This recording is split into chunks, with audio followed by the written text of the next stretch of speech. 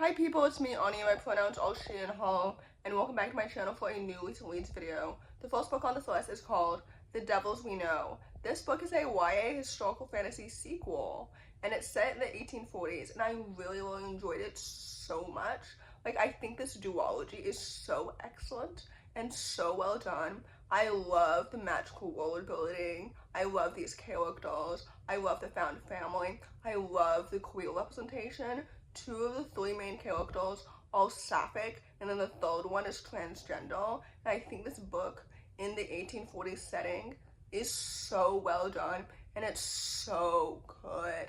Like, I love the friendship between the three of them, and it's so excellent and so wholesome. The characters feel so authentic and so honest. Like, this book is excellent, and it's really good. I think that historical fantasy is one of my favorite subgenres of both historical fiction and fantasy, and I think this book is so excellent and so brilliant, and this entire duology is so underrated. So anyway, with that said, I rated this book 4 to 5 stars, and I would definitely highly recommend it. The next book on this list is called Three Blue Hearts. This book is a middle-aged contemporary following a young main character who forms a connection with an injured octopus. And I think this book is so good and so fantastic.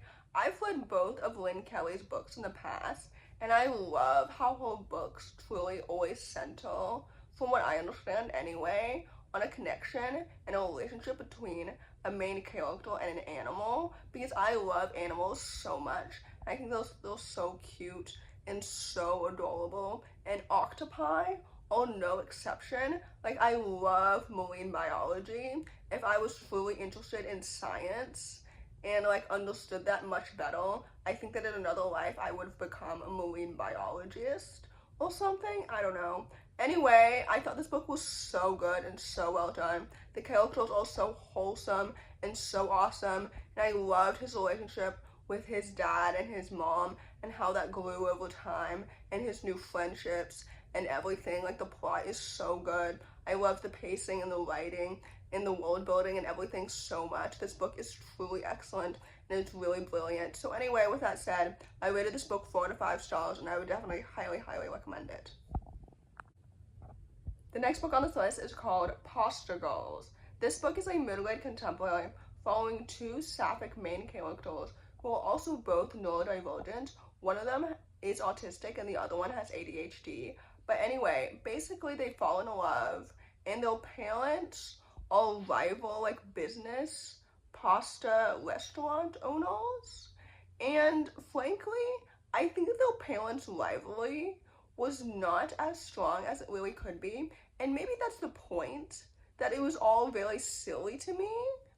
I don't know. I've always disliked the idea of, like, first of all, being at your big age and having children and having a rival with somebody else based on something that you don't even remember from your teenage years or whatever. And second of all, projecting that trauma onto your innocent children to the point where you forbid them from being friends. And it's just so weird to me, because, like, even if you do have beef for whatever reason with another adult, like, you shouldn't also have beef with their children, because the children haven't done anything wrong and they can't control who they happen to be related to, if that makes any sense. Anyway, I really enjoyed the queer romance. It was really wholesome and well done and well paced, and I enjoyed the characters individually, and I loved the neurodivergent representation, obviously. Like, I've read previous books by this author, only one I think, but anyway, it was really good, so I had really high expectations, and I liked this book, and I thought it was solid. I just didn't really enjoy, like, their parents' behavior, because I found it to be so immature and so weird. You know what I mean?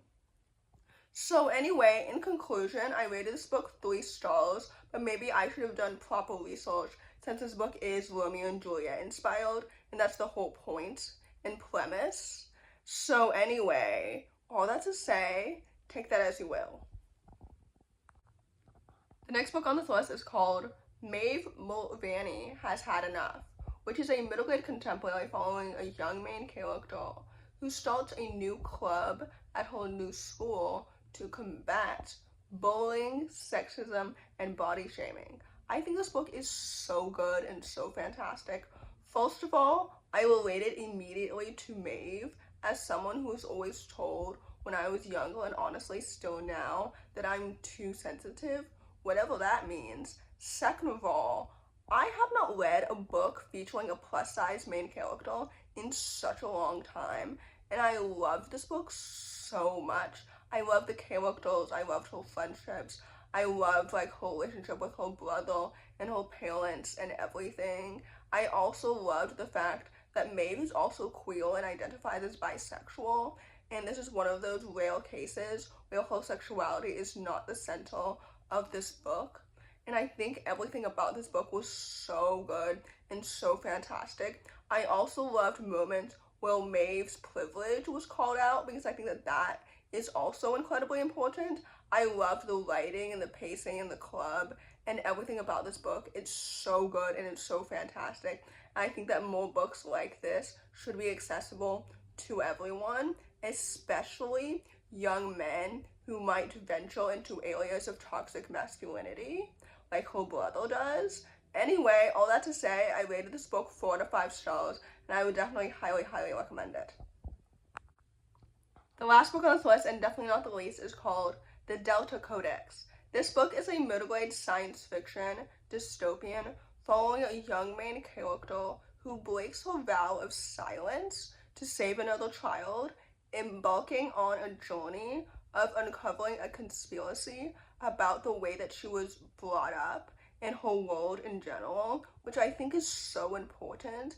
I think it's so important to have stories that are accessible to young people that are about questioning the way that you were brought up and the way in which you were taught certain things, because you can find out so many other ideas that contradict everything that you've ever known. And I know that that is a hard concept in general, to have like basically this well-established rug under your feet completely pulled and you're like free falling and you don't know anything solid to stand on.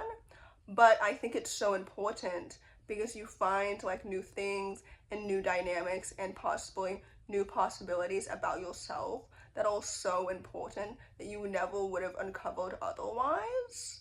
Because I think this book really talks about like free speech and rebellion and how sometimes governments are really corrupt. Anyway, all that to say, I loved the characters and the plot and the world building and the friendships and everything. Like, I think this book is so good and it's so fast paced and it's so awesome. And I just really enjoyed it because I was truly thrilled from the beginning to the end. So with that said, I rated this book 4 out of 5 stars, and I would definitely highly recommend it. So in conclusion, I'm currently on track to read more books in June than there are days in June, which is very exciting for me.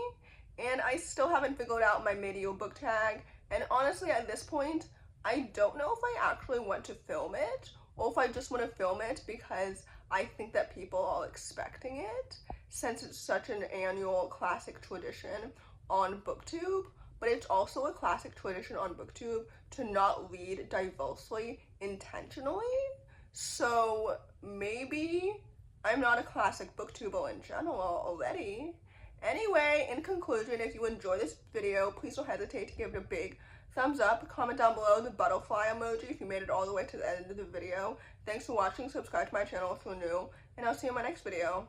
Bye!